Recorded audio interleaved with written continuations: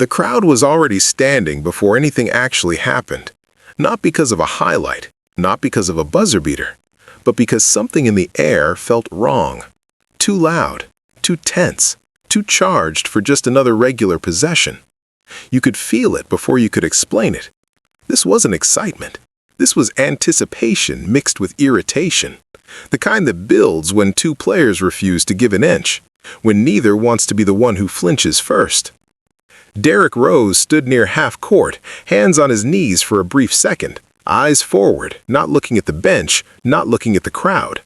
Across from him was Russell Westbrook, pacing, jaw tight, shoulders loose but coiled, like he was waiting for permission to explode, even though nobody had the authority to give it.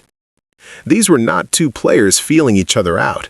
This was two players already annoyed that the other existed in the same space. What made it different wasn't the matchup on paper. It was the way the game immediately tilted toward confrontation. Every dribble felt heavier. Every drive came with an extra bump. No cheap fouls, no theatrics, just force meeting force, speed colliding with speed. When Rose attacked the rim the first time, Westbrook didn't backpedal, didn't angle for help, didn't concede the lane. He met him chest to chest, absorbed it, forced the finish to be awkward. Rose missed. He didn't complain. He just turned and ran back, expression unchanged. Westbrook took the ball in the next possession and did the exact opposite of subtle. Full sprint, straight line, no hesitation. Rose slid with him, cut him off just enough to make the angle uncomfortable. Westbrook still went up. Contact. No whistle. The ball rattled out. Now the crowd reacted. Not cheering, not booing, just a collective sound of recognition. This was going to be that kind of night. From that moment on, the game stopped feeling like Bulls versus Thunder and started feeling like Rose versus Westbrook with everyone else caught in between. They guarded each other more than the play demanded. They looked for each other after whistles. They took turns testing how much the officials were willing to let go. It wasn't dirty. It was personal in the way only competitors understand. The unspoken agreement that says, if you're going to come at me like that, I'm going to respond every single time. Rose's game that night was sharp but controlled. No wasted movement, no emotional outbursts. He attacked when the lane opened and pulled back when it didn't. He wasn't trying to win the matchup with volume. He was trying to win it with efficiency, with timing, with patience. Westbrook, on the other hand, looked like he was daring the game to speed up with him. Every rebound turned into a sprint. Every pass came with intent. Every drive was an attempt to impose will. The contrast made every possession feel like a referendum. When Rose scored, it felt surgical, almost quiet. When Westbrook scored, it felt violent, like he was trying to send a message through the rim. Neither approach was wrong. That's what made it combustible. Two philosophies colliding in real time, neither willing to adapt to the other. Midway through the first half, the scoreboard was close, but the emotional score was already high. There were glances after plays, subtle nods, a few words exchanged that cameras couldn't catch but everyone sensed. This wasn't trash talk meant for entertainment. This was communication between competitors who didn't need an audience to validate it. At one point, Rose drove, spun, hung in the air longer than seemed reasonable, and finished through contact. No flex, no stare, just a quick jog back on defense. Westbrook came right back, pulled up from deep in transition, drained it, and turned toward the Bulls bench for half a second longer than necessary. Not celebratory, declarative. By halftime, neither had taken control, but neither had faded. And that was the problem. Games like this don't cool off, they escalate. The more evenly matched the fight feels, the more both sides start pushing past comfort. You can see it in the way Rose tightened his handle, in the way Westbrook started picking up full court. This wasn't about the standings, this was about establishing something that would carry beyond one night. As the teams walked to the locker rooms, there was no interaction, no exchange, no visible acknowledgement. But everyone in the building knew the second half wasn't going to be about adjustments on a whiteboard. It was going to be about who could sustain this intensity without blinking first. And that's where things usually change. Because speed can turn into recklessness, control can turn into hesitation, and somewhere between those extremes, a game like this finds its turning point. The second half didn't start with fireworks. It started with pressure. Westbrook picked Rose up earlier than before, forcing him to work just to initiate the offense. Rose responded by slowing the pace, using screens more deliberately, refusing to be rushed. Each possession became a negotiation, a test of patience versus aggression. Westbrook scored first, a hard drive that forced help and led to a tough finish. Rose answered with a pull-up jumper. Clean, controlled, no wasted motion. Back and forth, neither run lasting long enough to feel decisive. The crowd stayed on edge, reacting to everything, sensing that the game was tightening instead of opening up.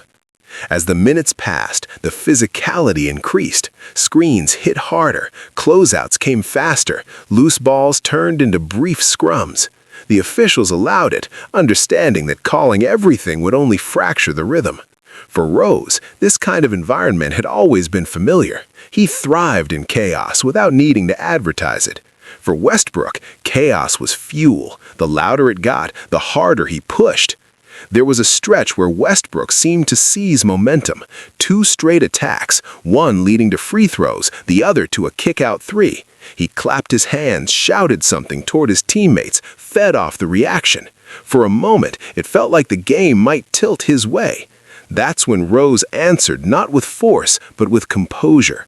A hesitation drive, a floater over length, a drive that collapsed the defense just enough to open a corner shooter.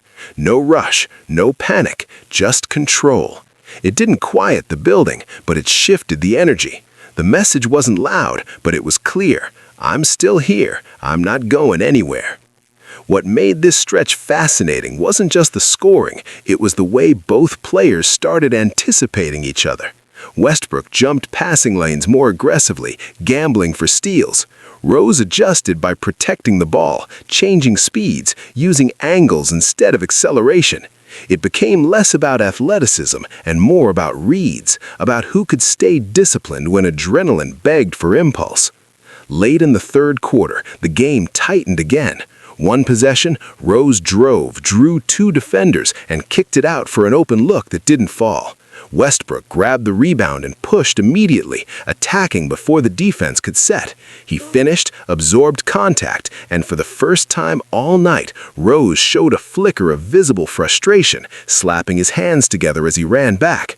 That was enough for Westbrook to sense an opening. He pressed harder, took quicker shots, tried to force the issue, and for a few possessions, it worked. The lead grew slightly, the building grew louder, it felt like a shift. But games like this don't reward impatience for long. Rose settled things again, drawing a foul, then hitting a tough jumper off the dribble. Not flashy, just timely. The score tightened once more. Neither player had disappeared, neither had fully taken over, and now the fourth quarter loomed, where narratives are usually written and rewritten. As the final quarter began, fatigue started to show in subtle ways, not exhaustion, but wear. Westbrook's drives came with a fraction less explosion. Rose's landings lingered a beat longer. The game slowed not by design, but by necessity. Every possession now felt heavier, more consequential. The lead changed hands, then changed back. A stop here, a bucket there. Neither bench sat comfortably. Neither star asked out. This wasn't about managing minutes. This was about finishing something that had been building since the opening tip. With 5 minutes left, the score was nearly even. The crowd was fully invested. Every whistle was met with reaction. Every miss felt dramatic. Rose and Westbrook were still at the center of it, still trading pressure, still refusing to concede anything mentally.